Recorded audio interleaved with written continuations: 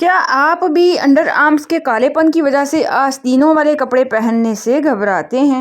आज मैं आपको ऐसा आसान घरेलू नुस्खा बताऊंगी जिससे बगलों का कालापन सिर्फ चंद दिनों में दूर होगा और आपका कॉन्फिडेंस वापस आ जाएगा। इसके लिए आपको चाहिए आलू का रस, पोटैटो जूस 1 चम्मच, नींबू का रस आपको चाहिए आधा चम्मच, हल्दी आपको चाहिए 1 चम्मच, इसके अलावा दही आपको चाहिए 1 चम्मच।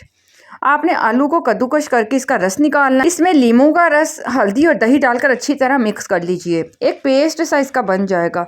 आपने इस पेस्ट को बगलों पर लगाना है और 15 मिनट तक लगाकर छोड़ देना है। हल्के नीम गर्म पानी से धो लीजिए।